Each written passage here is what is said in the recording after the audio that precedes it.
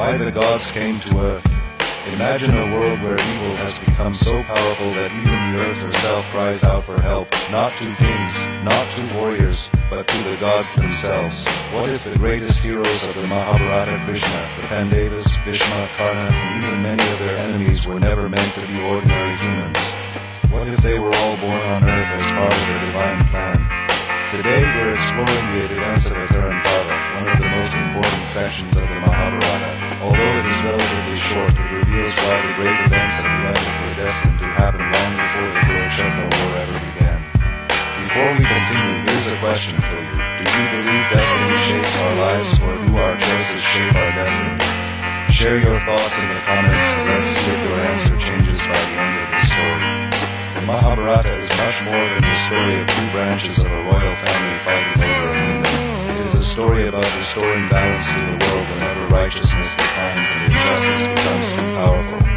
According to the Adivansavantharana Parva, the earth had become overwhelmed by cruel rulers, arrogant kings, and powerful beings who abused their strength. Many of these rulers were not ordinary men. They were the rebirths of ancient demons who had returned to spread chaos across the world.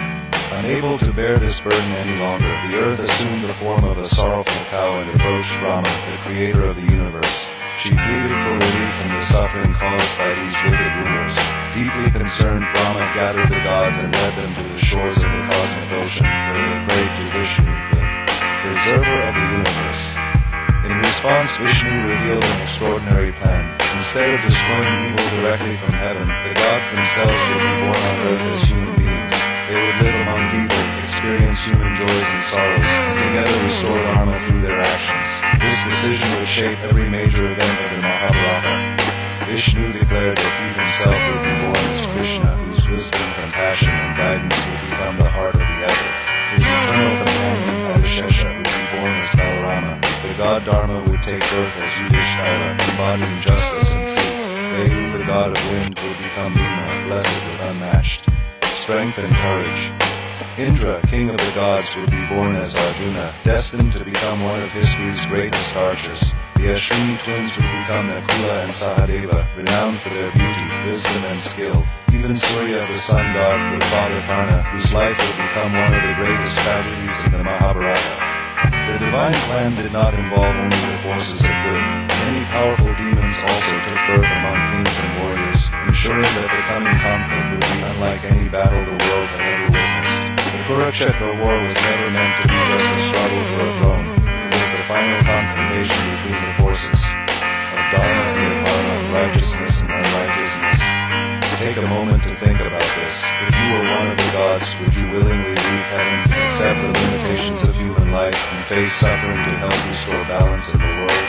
Let us know your answer in the comments. One of the most remarkable ideas in this section of the Mahabharata is that the gods do not come to earth with unlimited power. They willingly accept human limitations.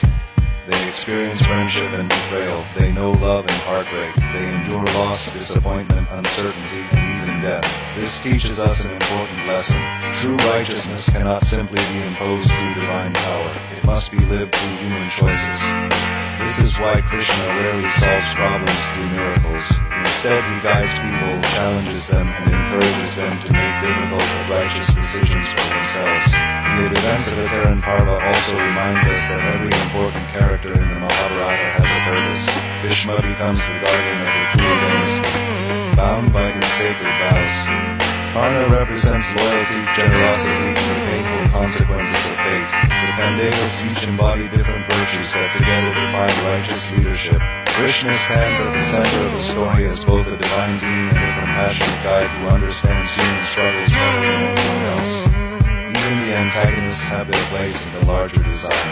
Without powerful challenges, the greatness of the heroes could never fully emerge. This reminds us that history is not merely a collection of random events. Every individual, every choice, and every conflict contributes to a much larger story whose meaning often becomes clear only with time. Although the Adivansavantharana Parva focuses on divine incarnations, its message remains deeply relevant today. Power should always serve justice rather than personal ambition. Greatness is measured not by privilege but by the choices we make when faced with difficult circumstances. Every hardship may be preparing us for a purpose that we cannot yet see. heroes of the Mahabharata were not remembered because they were born extraordinary. They became extraordinary through their actions, their sacrifices, and their commitment to Dharma. Now we'd love to hear from you. Which character from the Mahabharata fascinates you the most? Is it Krishna, Karna, Bhishma, Arjuna, or someone else entirely? Tell us in the comments, and your suggestion may inspire one of our future videos. The Adivansavantharana Parva may be brief, but it lays the foundation for everything that follows. It tells us why the gods descended to earth, why the heroes were born, and why the greatest war in Indian tradition became inevitable. It is the moment when destiny begins to unfold, setting the stage for one of humanity's greatest epics. In our next episode, we'll explore the Sambhava Parva, where these divine plans begin to take shape through remarkable births, prophecies, and the rise of the Kuru dynasty. Until then, remember that the greatest battles are not always fought by gods in heaven. More often, they are fought by ordinary